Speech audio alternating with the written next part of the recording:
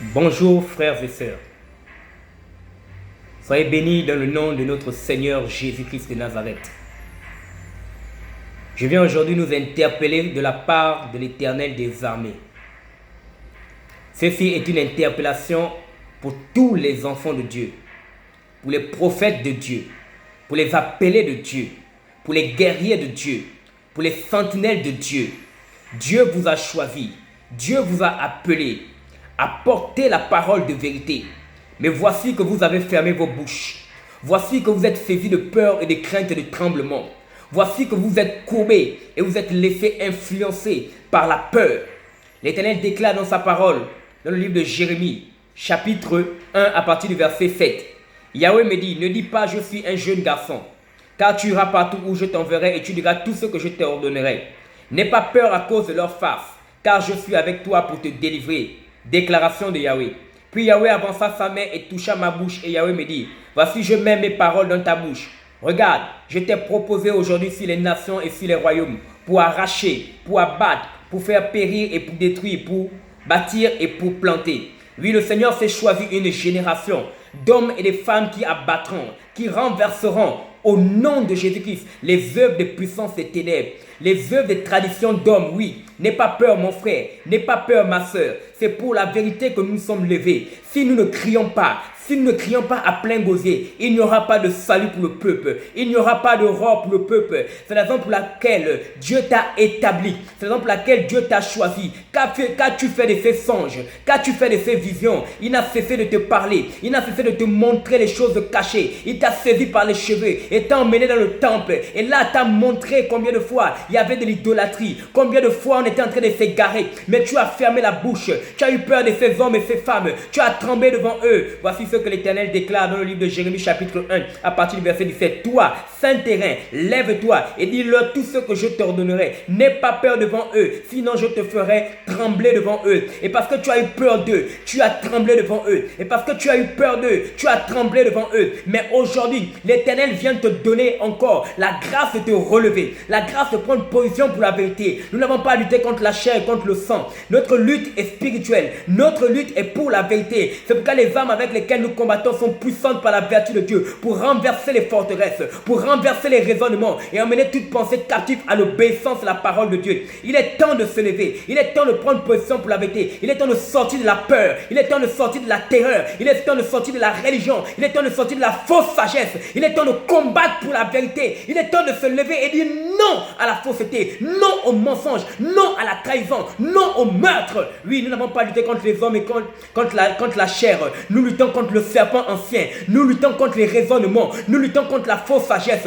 nous luttons contre les hommes méchants, dont la méchanceté est remplie dans le cœur. L'homme bon tire de bons trésors de son cœur, mais l'homme mauvais tire de mauvais trésors de son cœur. C'est la raison pour laquelle le temps est venu de se lever, de prendre position pour la vérité, même si nous sommes chassés, même si nous sommes humiliés, même si nous sommes diffamés, mais au nom de Jésus, nous ne baisserons pas les bras, nous continuerons de lutter pour le royaume des cieux, nous continuerons de nous battre pour la vérité, car Jésus a lutté, Paul a lutté, Abraham a lutté, Jean a lutté, Luther a lutté, Calvin a lutté, Jean-Hus a lutté, des hommes et des femmes ont lutté et leur sang a servi pour les générations à venir. Et nous voulons verser notre sang pour le royaume des cieux. Nous voulons combattre le royaume et non combattre un homme. Nous voulons combattre pour l'intérêt du royaume et non pour l'intérêt d'un homme, non pour la dignité d'un homme, non pour la dignité d'un système. Car nous n'avons pas été appelés pour un homme, nous n'avons pas été appelés pour un système. Nous avons été appelés pour défendre la vérité. C'est la raison pour laquelle nous nous tenons fermes par la grâce de Dieu. Il a oint nos bouches, il nous a revêtus de force et de puissance et il nous a accordé son armée d'anges qui nous accompagne et rien ne pourra nous atteindre, rien ne pourra nous renverser, car il n'y a pas de puissance contre la vérité, il n'y en a que pour la vérité. La Bible déclare à partir du verset 18, moi voici je t'établis aujourd'hui sur toute la terre comme une ville forte, comme une colonne de fer, comme un mur de cuivre, contre les rois de Yehudad, contre les chefs de la terre, contre ses prêtres et contre le peuple de la terre. Ils te feront la guerre, mais ils ne te vaincront pas. Ils te feront la guerre, mais ils ne seront pas plus forts que toi, car je suis avec toi, déclare Yahweh pour te délivrer. Il est temps de sortir du sommeil. Il est temps de sortir des raisonnements. Toi qui as agi comme Pilate, qui as lavé tes mains, mais qui as accepté la crucifixion de Jésus, tu ne seras pas épargné. Tu auras beau laver tes mains, ce sang recoulera sur toi. Toi qui as assisté à toutes ces personnes qui ont été jugées injustement, qui ont été livrées entre les mains du diable, qui ont été perdues dans le monde, tu n'échapperas pas. Le sang de ces hommes crie, comme le sang d'Abel crie. Le sang de ces hommes et ces femmes crie. C'est la raison pour laquelle Dieu nous appelle à nous repentir